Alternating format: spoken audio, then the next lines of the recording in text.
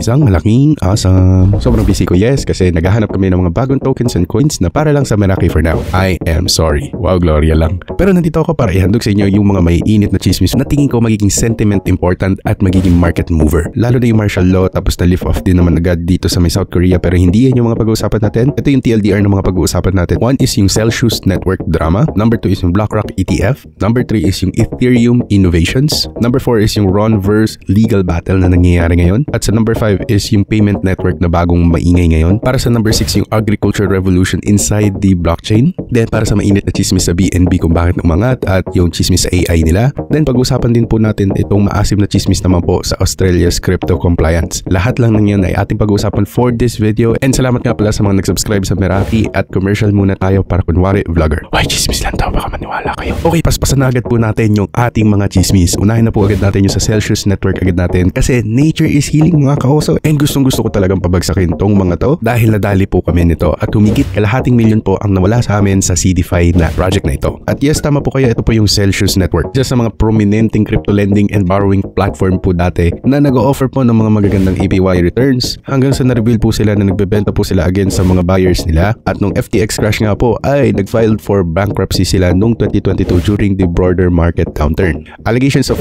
token manipulations and mismanagement have plagued the platform's leadership ever since. Bakit to importante? And for me, this is bullish kasi may nakastigo na naman po tayong dishonest na mga bad actors sa space. Nakakabango po ito ng pangalan ng crypto or as a whole, hindi lang Bitcoin, para po sa mga new buyers po na papasok pa lang po sa retail at yung mga boomers po na nagbabalak na magtiwala na po sa cryptocurrency. At ito naman yung medyo bad news dyan dahil baka hindi po siya makulong ng 30 years kahit gusto pong makulong siya more than 30 years katulad ng mga naunang bad actors sa kanya, pero this one is since nag-plead siya ng guilty ay baka hanggang 10 to 20 years lang po siya. Anyways, move on na po tayo and dito naman po tayo kay Bossing Fink ng BlackRock. BlackRock, the world's largest asset manager para sa mga hindi nakakaalam at nagpump po sa atin sa kawalan ng 50k to 70k nung bull run ng 2023. At sila po ay nalalapit po doon sa 50 billion in assets under management or AUM, and so far good news pa rin po yung mga nangyayari at talagang nagpapabango po talaga sila sa crypto space and talagang gusto nilang maging sobrang influential sa loob ng talks about Bitcoin. Totally supportive pa rin po sila doon sa mission ng buong cryptocurrency community at mainly ng Bitcoin na magkaroon po ng mainstream adoption na katulad po nung 2020 to 2021 or kung kaya po natin ulitin yung 2016 to 2017 pump. While on the other hand, gusto nila na magkaroon po sila ng market impact sa loob ng BTC at evident to at mas lalo lang po lumakas ang kanilang market influence sa loob po ng Bitcoin community nung sinaway po ni Fink si Kalbong Brian about doon po sa CBBTC. Kaya ngayon napabilang sila sa isa sa mga malalaking superhero sa loob ng cryptocurrency space maliban kay MicroStrategy CEO. At for me, napaka-importante ng news na ito kasi natitempt check pa rin po natin kung okay pa rin po ba or bullish pa rin po ba si BlackRock sa Bitcoin. Kahit sa loob-loob ko, sa puso ko, alam ko na magiging kaaway sila one day ng mga retail investors na magpaparusa sa mga hindi bibili ng ETF lalo na kung magkaroon po ng unfair regulation sa loob ng United States pagdating sa pag-own ng sarili nilang mga cryptocurrency assets. For now, bullish sila and BTC continues to expand as BlackRock keeps on making waves of good news sa market. Kumbaga sa kandidato, kampanya lang ng kampanya, pabango lang ng pabango, di ba? Okay, next, finally naman, may magandang news naman po about kay Ethereum and I think this is very bullish dahil si Vitalik ay nagpropose po ng bagong wallet standard na naglalayon to improve the security and usability po ng kanilang mga users. At isa na nga lang din po dyan sa pinaka-importanting chismis ng news na ito is yung pinagyayabang nilang interoperability or yung compatibility ng Ethereum ecosystem sa mga dApps or decentralized applications. Siyempre, hindi rin po sila magpapadaig when it comes to their UI and UX.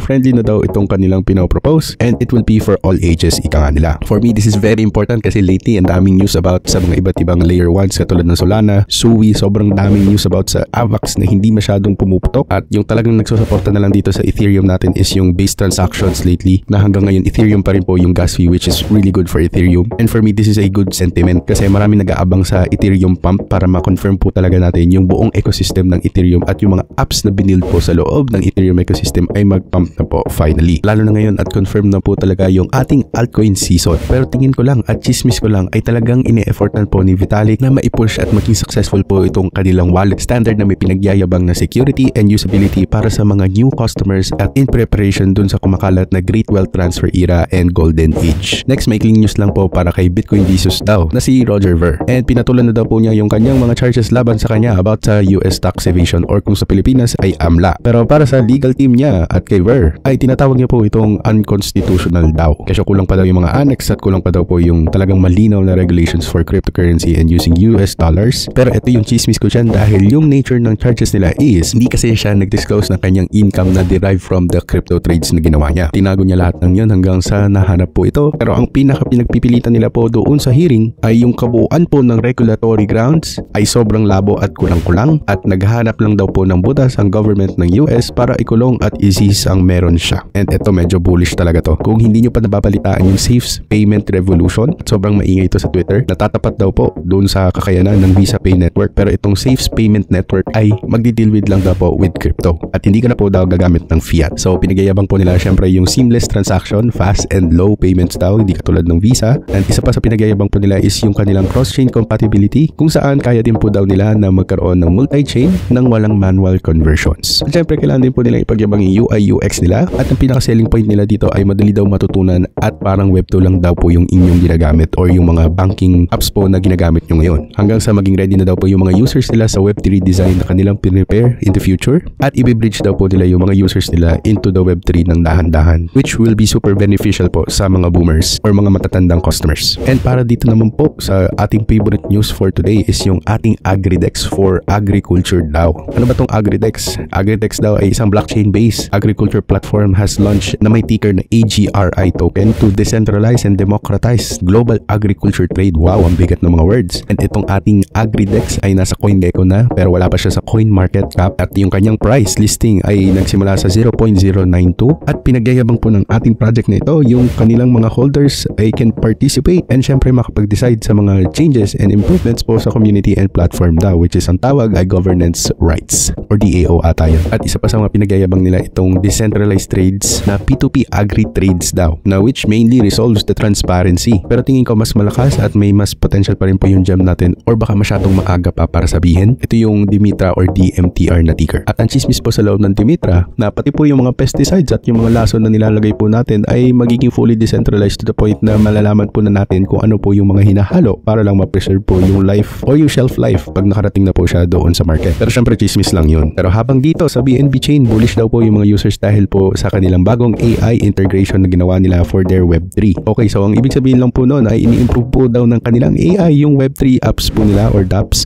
in terms of functionality dahil in-integrate po nila yung kanilang AI dun sa algorithm upang magkaroon po ng mas magandang optimizing at mas mapaganda po yung performance. Isa pa dito ay na one-hit delete daw po nila yung mga nagpapabagal doon sa Web3 nila, which hindi ko naman naramdaman na mabagal. Tapos may aggregator na rin daw po sila para sa mga personalized user experience like marketing and search bar. Tingin ng lahat ay na-obsolete na po ang search bar kasi mas gumagamit na po ng AI yung mga tao pagdating sa pagsa-search lang. Sana magkaroon din sila ng AI agent in the future kasi yun yung side narrative na nangyayari ngayon, di ba? Pero ang pinakamagandang nasagap ko po dito sa chismis na to ay yung kanilang advanced analytics na nangyayari sa loob na hindi masyado nabanggit sa news. Sa tingin ko with this new features ay malalaman po ata yung mga hindi performing dApps or yung mga fake dApps or yung mga scam dApps or yung may mga talagang ginagawang kalukuhan. And for me, tingin ko sobrang bullish nito for BNB kasi ang daming mga aggressive na layer 1s ngayon like Sui, Sol, tapos yung mga L2 ng ETH, tapos ngayon magbabalik pa po yung AVAX kasi bumabalik na po yung narrative ng gaming, metaverse, and NFTs. Tapos may mga iba pang ino-offer na resolution pa si AVAX in terms of transaction na pag-usapan ko na lang po sa Meraki kasi medyo mahaba. And lastly, pag-usapan na rin po natin itong cringe news patungkol sa Australia kasi may draft na daw po sila which hindi ko po binasa ng masyado kasi nga naaasiman po ko pero binasa ko pa rin in the end. And I think this might forefront yung mga pwedeng mangyaring capitulation for 2025 and the potential of bear market na pwedeng umabot ng 3 to 6 months by 2025. At syempre ang nilalaman ng draft na ito is yung kanilang mandatory KYC at AML, yung licensing requirements at yung kanilang consumer protection reinforcement proposal nila. Sobrang asim talaga nito mga kaoso to the point na wherein pag nagandahan po si US or yung may mga malalaking bansa tulad na lang po ng Russia, China, Saudi Arabia, sabihin na lang po natin kahit nga yung South Korea na nag-martial law lang ay talagang naging influential sa cryptocurrency mainly for Bitcoin ay baka magandahan po talaga sila sa draft na ito at i-improve nila tapos maging unfair po yung regulations na mangyayari for Bitcoin and for the whole cryptocurrency assets. Ang pinagdadasal ko lang dito ay sana hindi po rat testing to ng US. Sana ipagpatuloy lang po natin yung pagbili ng mga board year gamit ang Bitcoin este ng Bitcoin ni Papa Trump. Yan lang po lahat ng chismis natin for today and chismis lang ang lahat ng yung kailangan nyo pa rin aralin, planuhin at kilusan nang sa gayon ang lahat ng to ay ating makamtan at syempre stay awesome. Goodbye.